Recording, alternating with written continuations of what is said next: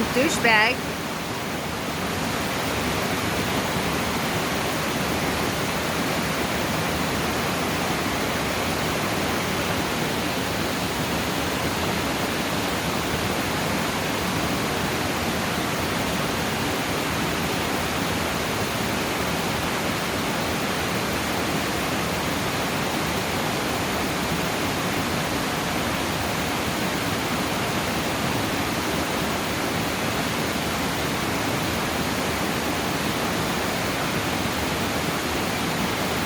I see the tree moving over there, so I'm assuming the guy is over there.